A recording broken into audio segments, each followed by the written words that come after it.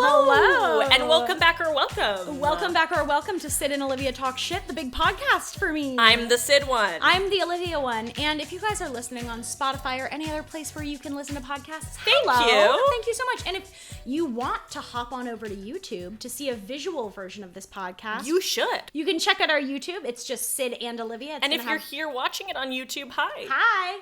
And check it out on Spotify. Why not? Yeah, why Listen not? to it twice so that your brain goes mad. Yeah, it'll be good to listen to it twice so you have nightmares. Yeah.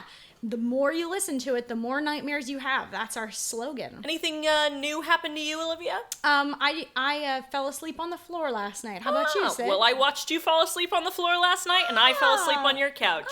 Okay. So there we go. So, Syd, why do we even have a podcast? Oh, I can tell you why we have Yeah. a podcast. Because we, like everyone else, our age, above our age, lower than our age, want attention. Oh, look at that. Would you look at that? Like the song. We just want attention. Scoop on his sometimes harp. Mean to win Yeah, exactly. And that's Those how it are all the goes. lyrics. So, That boy is a beautiful boy. he is. He's a very pretty boy. I love that. Charlie yeah. Puth. Charlie Puth. Charlie Puth. Yeah. He's a beautiful boy. The thing is, like, it feels shitty to say that you want attention. Right. It always will feel like cringy to say that because you don't want attention. No, but it's human. But also, like, attention is such a broad term. Yeah. Oh, totally. Like, it means so many more things than I think you mean for it to. Yeah. And I think especially nowadays we live in a big world where, you know, like, we're trained to need it on some level, and you have to actively train yourself out of needing it. You're supposed to want it. Yeah, it's like, I mean, with social media and reality shows, like, I was reading this book. You read a book? No, I didn't. I was listening to it. Oh, good for you. But I was listening to this book, and the woman was saying, like, we live in a world where if you're not extraordinary and publicly extraordinary, like if you're not doing extraordinary shit in public all the time, you're worthless. Yeah. And that's how we feel. And I was like, whoa. Yeah. Yeah. Because it doesn't even matter what shit you're doing. It doesn't matter if it's good or bad, good attention, bad attention. You just, Extraordinary is better than ordinary. Exactly. No matter if it's good or bad. Yeah, which isn't true. No. But it's how a lot of us feel. And you know what, Olivia? I was reading a book, actually. I didn't even listen to it. Oh, I love that for you. Looked you at used the your words. big eyes for you. I used my big eyes. I looked at the words. And in that book, they were talking about how people undervalue mediocre moments and mediocre things because all the attention is put on things that are overwhelmingly good or overwhelmingly bad. Yeah. But if we spent more time focusing on mediocre things, maybe we could just enjoy life more. Be a little bit more in the moment. Because life is just made up of mediocre things, and maybe that's not bad. Yeah, it is really interesting because, like, I used to, when I was younger, people would be like, what's your biggest fear? And I would say mediocrity. And now I'm like, oh, probably global warming or a school shooter. Drowning. Drowning's bad. Yeah. That'd be a bad way to go. Yeah, no, that'd be bad.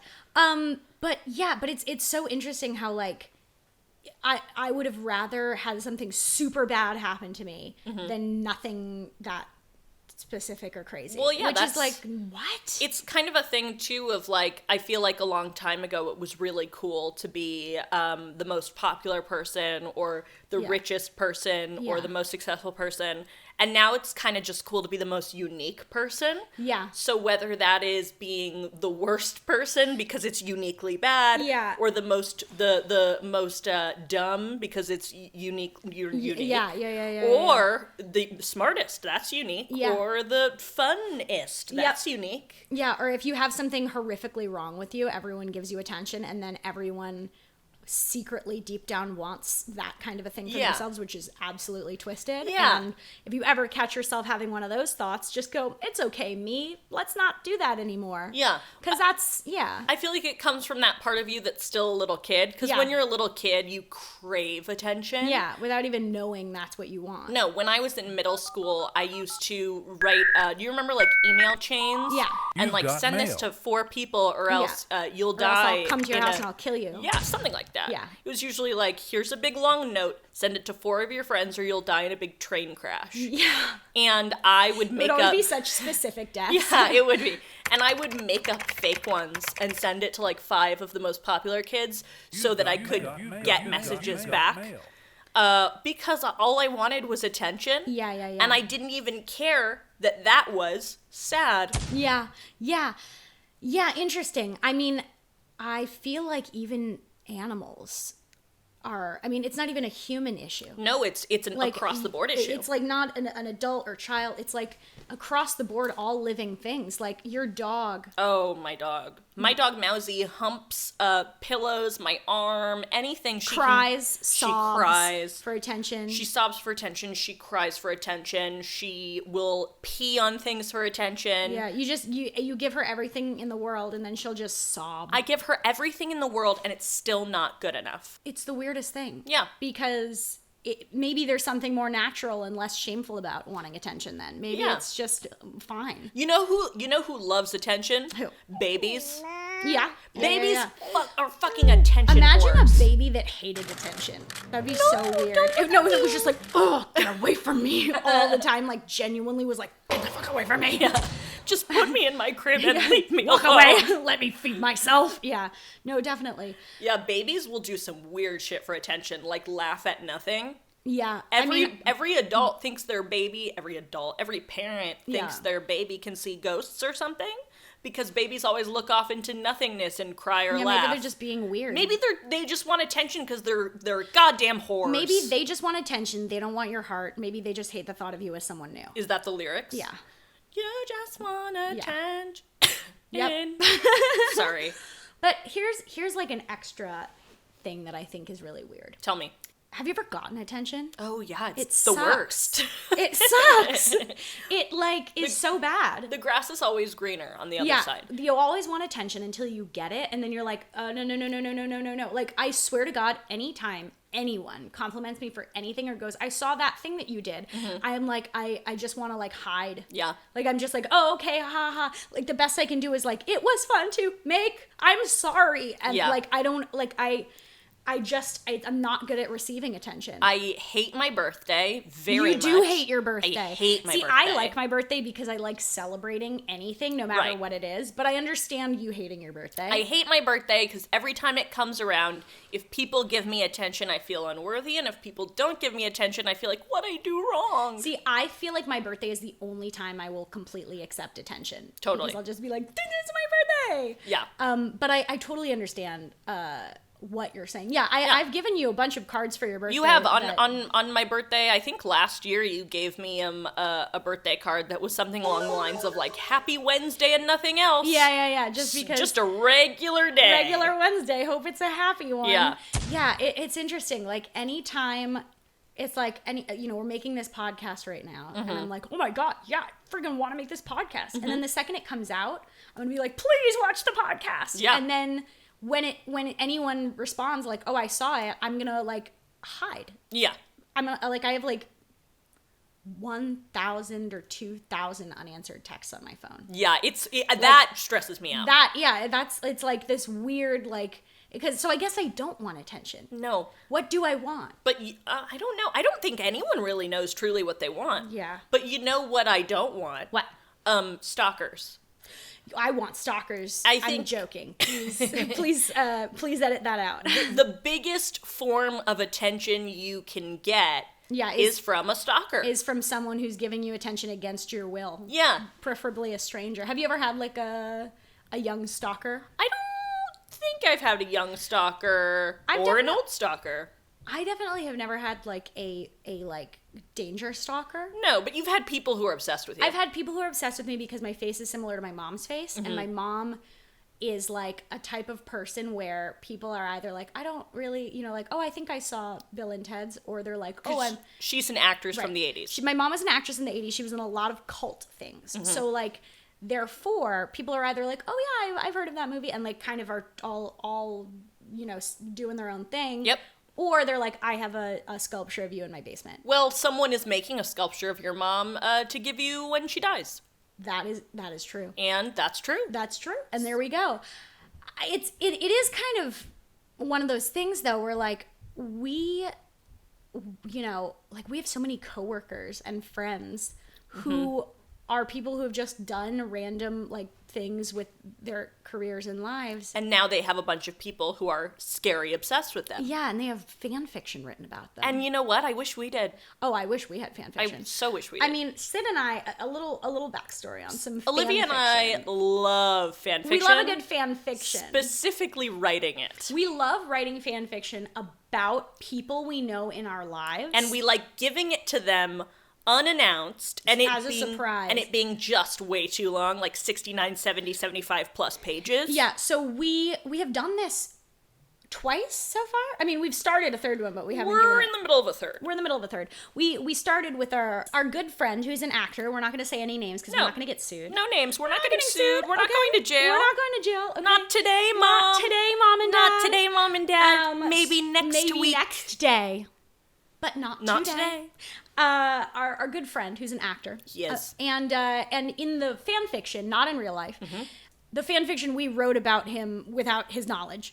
And then presented it to him right before a long plane ride so he'd have some light reading. Printed out as a 70-page novel in Comic Sans. God, I love us. He's in a Romeo and Juliet style relationship. In the fan fiction. In the fan fiction, not in real life. With the fictional character. Young Sheldon. Of Young Sheldon. Because Olivia and I saw the poster for Young Sheldon once. Long ago. And we thought, what is that show about? And so we decided to make it up on our own. The lore we have about Young Sheldon. What we made up that the show Young Sheldon is. Young Sheldon is obviously a young boy genius. Who is possessed by the devil. Controlled by the devil. He answers to the devil. And his job is, for the devil, he has to have sexual intercourse with a lot of dead bodies. In order to bazinga. So it doesn't mean anything. It doesn't mean anything. But so it's that our good friend wants to be with young Sheldon, but Young Sheldon wants to be with our friend, but he can't because our friend is alive. And so Young Sheldon can only be with the dead. Yeah, and our friend can't die. He has a blossoming acting career, so he can't die. He can't die. So there's the conflict there. Now, then our second one was a Christmas story, all in rhyme, and every chapter was chapter 1. Yeah. And our good friend who was also our camp counselor. Our friend, when we presented it to him, he said, "That's both the nicest and meanest thing anyone's ever done for me." So, Olivia and I like to write fan fiction. If you want to write fan fiction about us, please, oh God, do. We're desperate for attention. And if you guys want us to write fan fiction about you, just DM us and we'll come up with a rate. We're gonna come up with a rate. It'll probably be like $2 per page, and we'll write it we'll long. Write it. We will. Yeah. So test us. Test us, bitch. So. We scoured the internet because a lot of our friends and coworkers have sexual fan fiction written about them. So why can't we have sexual fan fiction about us? Why can't we have disconnected, like, incorrect sexual fan fiction, riddled with typos and just incorrect information and written like how people don't talk, written like somebody maybe doesn't know what sex is? Yeah, why can't we have that? If you can have it, if you can have it, our listener, because we'll write it about you later. Of course, why can't we have that? No one's ever written fan fiction about us, even though we write fan fiction about everyone else. It's truly brutal, but guys. It's brutal out there. Then one night on the deep, dark, scary web, on the deep, dark web, Olivia and I scoured the web, and we found a fan fiction about us. A fan fiction about us. And listen, it's not by us. We didn't write it. We didn't even write it. Yeah, we just found it and we printed it out. We printed it out. You're gonna be able to tell that we did not write it. So didn't write it. This person is someone we've never met. Yeah. And we're gonna read it for you. It's short, luckily. It's not short. 70 pages, and that's how you know we did not write it. We didn't write it. It's in Comic Sans. We didn't write it. We would never write something in Comic Sans. Okay, go for it, Olivia. All right, sure. Well, you wanna start? Yes. Chapter 1. It was the night before Christmas, and all through the house. See, I didn't write this. I'm Jewish. Yeah, you would never write this. Not a creature was purring, not even a mouse. Ever.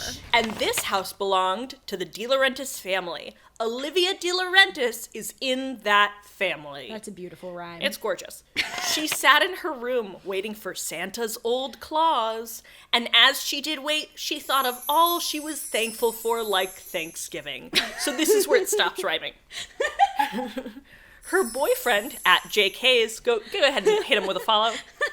Her friends, her guinea pig Dilf, but most of all, her best friend, Syd's hot, steamy, hot rumpus. Ooh, it's getting spicy. Ooh, spicy. Is somebody turn on the heat in here? Who wrote Or this? am I just turned on by my own rumpus?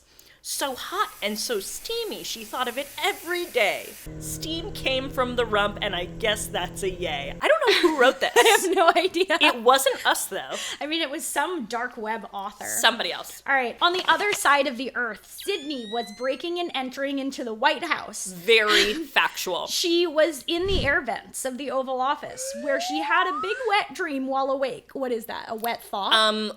No, it's like when you have a big wet dream, but you're awake for it. All right.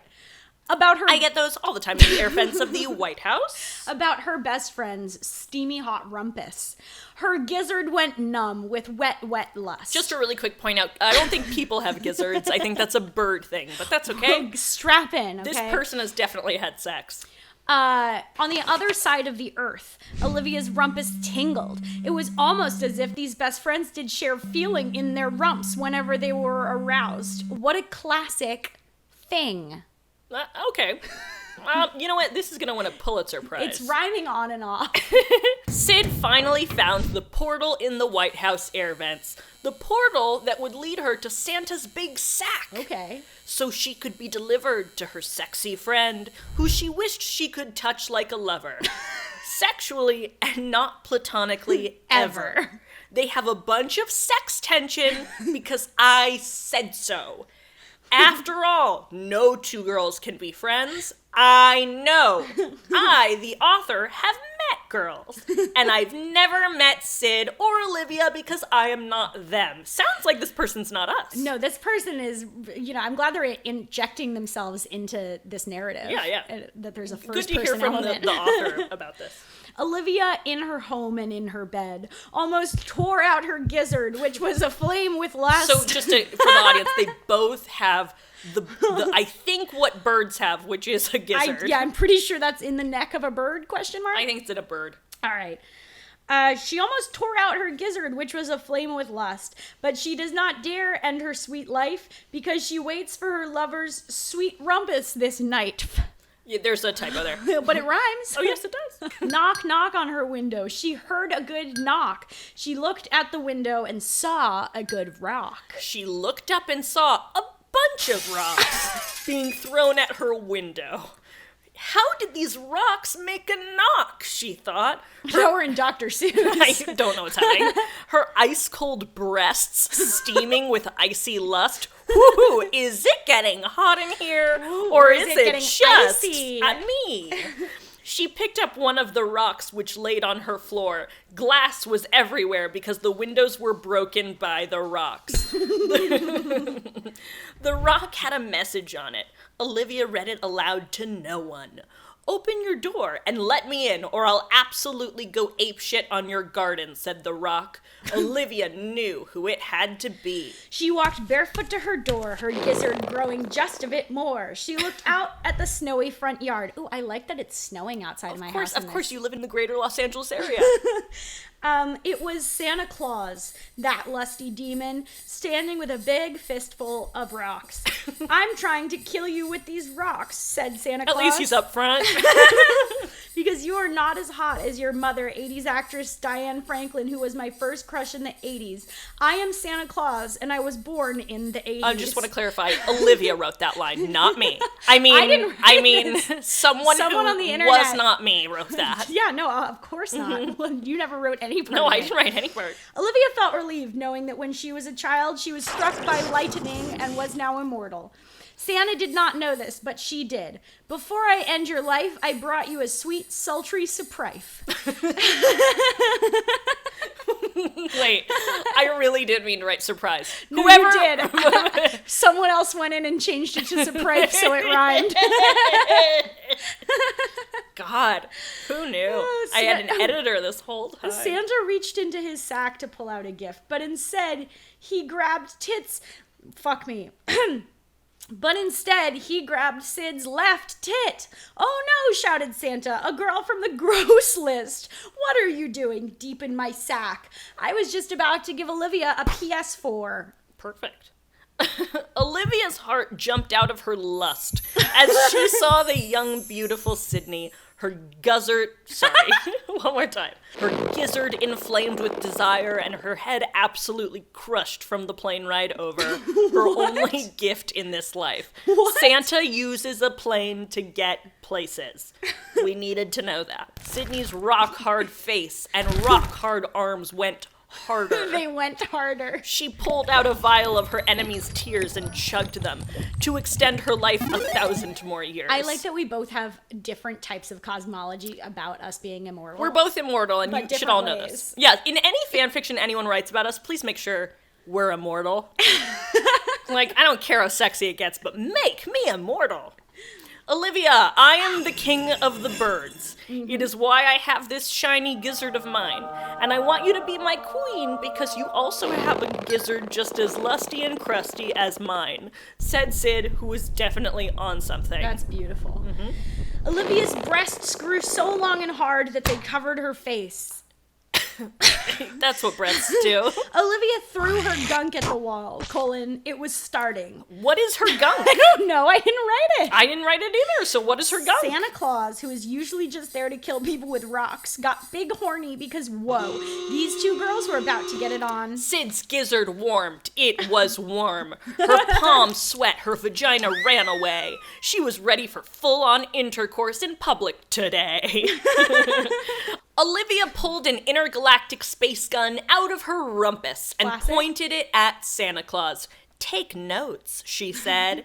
He pulled a typewriter out of his plane and did the thing people do in court where they, type everything out that's happening. Syd shot her sperm out of her eyes. It got stuck in Olivia's teeth just where it belonged. Their breasts were too cold and started freezing into ice cubes. Perfect for a nice drink, but not perfect for the hot, warm steam coming out of their rumpuses. Finally, after all this time being friends, we can melt each other's breasts with the rump steam and the gizzard. And that is the tale of how both girls got pregnant.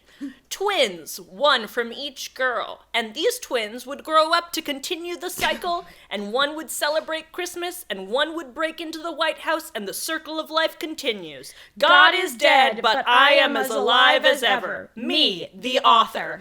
That's beautiful.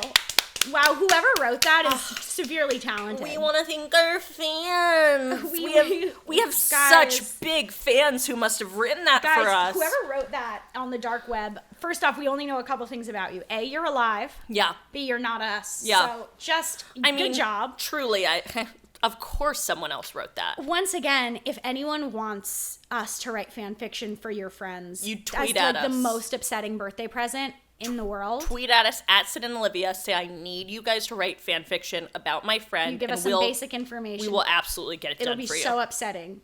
Now, yeah.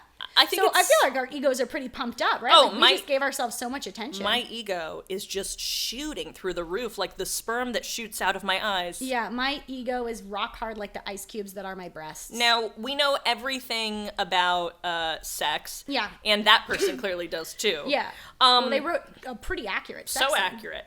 But I feel like we need to take it down a notch. I feel like we need what's called an ego cool down. We need an ego cool down. We've pumped ourselves up with all of this sexy sexual fan fiction. All of this sexual nonsense. It's made me so horny. And now I feel so good about myself, and it's time to cut that down a little bit. Yeah, We're gonna do an ego cool down. I can't feel so sexy, so it's time Welcome back to We Have Notes.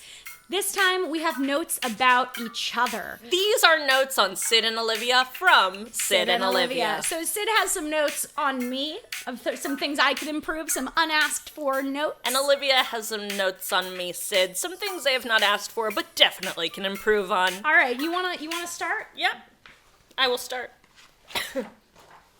Olivia, my first note for you is, you order clams in all the wrong places. This is really accurate. And let me tell you a little something Let's about. get a little bit into that. Let me tell you a little something about Olivia De Laurentiis. Yeah. I've known Olivia De Laurentiis for years and years and years, and we'll go to a fancy restaurant in Santa Monica. Yeah. And it's right by the Italian ocean. place. And it's an Italian place. And I'll go, Olivia, they have linguine vongola, your favorite dish, which is linguine with clams. Linguine with clams and a white wine sauce. And she'll say, no, I want to get a Caesar salad. Or something stupid like that. But I then, get something really healthy. But then we'll be at a gas station on a mountain. And she'll say, oh, they have linguine vongola here. I'm going to order some fresh clams for me. And I'll say, Olivia, look around. Is there an ocean nearby? And she'll go, no. And I'm like, don't do this. This is like the type of place you buy like Hot Ones or Dippin' Dots, but not clams. And she'll always be like, I'm going to get clams.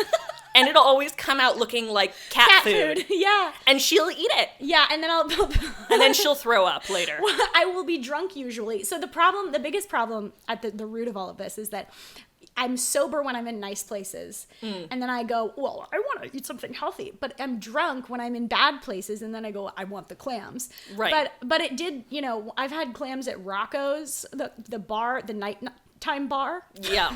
She's had clams in at the like mountains. in the mountains at a bar in Culver City, at like just really places you should not get clams. I got clams at Rocco's and then threatened to vomit them all over our friend Jonathan's chest if he kept talking to me. So that's that. That's my Love first. you, Jonathan. That's my first note. Okay, my first note actually was already brought up in this episode, and I can't even believe it because I didn't even expect that. My first note for Sydney is she has a manipulative dog. Oh, I do. It's not really a note on her as much as it's a note on her dog, but She's I can't really give her dog notes because she doesn't speak English. Yeah, there's a language barrier there. So, Syd has a manipulative dog, and that was my note. Yeah, my dog does this kind of thing where she gets everything she wants because she can make noises that sound awful. Yeah, just truly horrible. Like, which could be a thing we start trying. Yeah, like we could probably go to the bank and like ask for money by going like, let's try and that. And be like, hey, we stop it, and we won't. Yeah. Until they give us money. But that's how Mousy, my dog, does it. She makes awful sounds, and I go, fine, you can have a cake. I don't care. All right. Second note. My second note for Olivia De Laurentiis. The Brita goes in the fridge. The Brita goes in the fridge. Now, let me explain something to you about Olivia De Laurentiis. As I say this, the Brita's on a coffee table.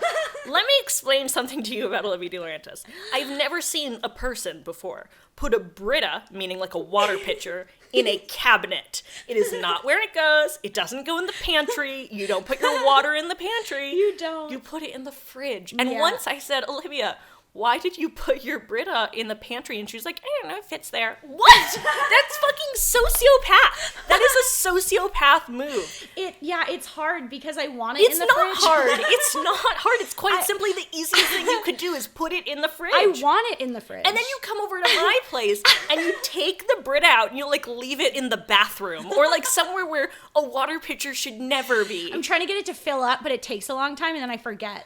It's insane. It is a sociopath move. I have never seen somebody put water in a cabinet, and I have so many notes on it. Yeah, no, that's valid. Those are completely valid. It's crazy. Notes. Yeah, I want cold water anyway. I know. I don't like room temperature water. I don't either. Put it in the fridge. It's so simple. It's so simple. It's so simple. All right.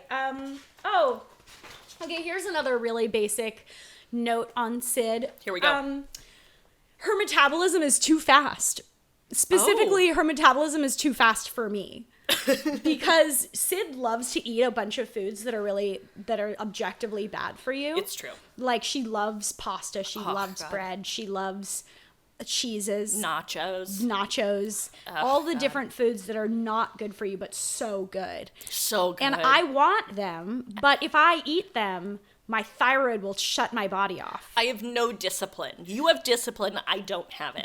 But as of right now, you don't need it, which is good. I do. For you. I did gain 7 pounds last week, but I'm ignoring it. I'm ignoring it. So 7 pounds where? Oopsie doopsie. Oopsie for me. I don't care. So I mean, it's kind of like a good for you. You look happy and healthy. I love it. I can't even do it. I like try and I was like, Olivia, today we brought on a local Gen Z. Her name's Olivia. She knows 2 Olivia Rodrigo songs. Yeah, oh my God. it is definitely one of those things where I know that I'm gonna start having to like get into the zone of being an adult and like making things for myself that are not unhealthy, but I just freaking love unhealthy food. She's the king of pasta, and I love that. Like, I actually think I have like a real life problem with pasta because I have to have it at least like 4 or 5 times a week. I'm not even kidding. Yeah. That's not an exaggeration. And if I have pasta like once a week, like it's just like, oh, I have to undo that for the rest of the week. Yeah. Which if that's not good. No, but also I don't think that's true. Maybe it's just my brain. I think you just think that's true, but I think that you'd be able to eat pasta many a time. We'll find out. Maybe I'll try it for a week. Yeah, and you know what? But pasta good, it just makes your stomach feel awful. I'll just go to the mountains and get some pasta and clams. Yeah, that's the thing, is that another thing is I definitely shouldn't eat as many shitty foods as I do because my stomach hates me, but it's so good. Sorry. Okay. Olivia. Yeah. Here's a note. Okay. Your voicemails need to be cut in half. Okay. Wow, that's so true. Let me tell you guys a little something about my good friend Olivia De Laurentiis, who I've known for years and years. Olivia talks faster than really fast. any human being I've ever met in my entire life. But she's also very smart, and she can gauge how much time a voicemail should take. So she'll take up that much time that a voicemail should take by saying the same thing over and over and over and over really fast until she gets to that time limit. I get to the main point within like 3 seconds, and then I'm like, this is supposed to be 15 seconds. For example, Olivia will call a doctor, and she'll leave a voicemail being like, "Hi, this is Olivia De Laurentiis. I'm just calling the doctor because I need to go to the doctor, and this is Olivia De Laurentiis, and I am calling because I have to get to the doctor. I hope you're having an amazing day, and I need the doctor because I have a big rash, and it's Olivia with my big rash. So I'll call you back, and you can call me back. It's Olivia De Laurentiis, if I didn't say that already, and you're the doctor. Okay, I have a rash!" And then hang up. That's completely accurate. Yes. That's like completely what I do. It's like you get 3 points so many times. So many different times. So many different times. So many different collections of words. Yeah, and they're all to tell you the same thing. Like to the point where you really get it once you've listened to the whole thing. But you could hang up like right away and still get it. You're like, yeah, I got it. Yeah, I mean that's these notes are really valid. Yeah, I love this. We should do this more. Give each other notes.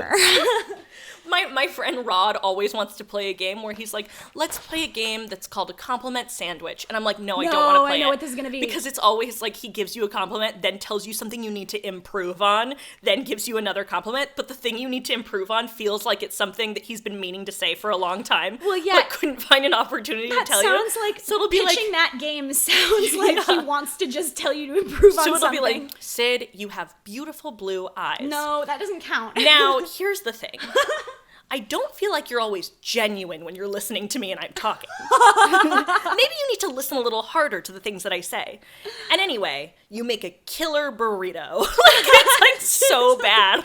So clearly one thing he wants to get across. Yeah, it's awful. I hate it so much, and he loves it because he loves an organized activity. Well, I mean, I love loving an organized activity, but I would pick a different one. Me too. All right, here's my last note on Syd, which, yeah, I mean, I also just feel is zeitgeisty. Okay.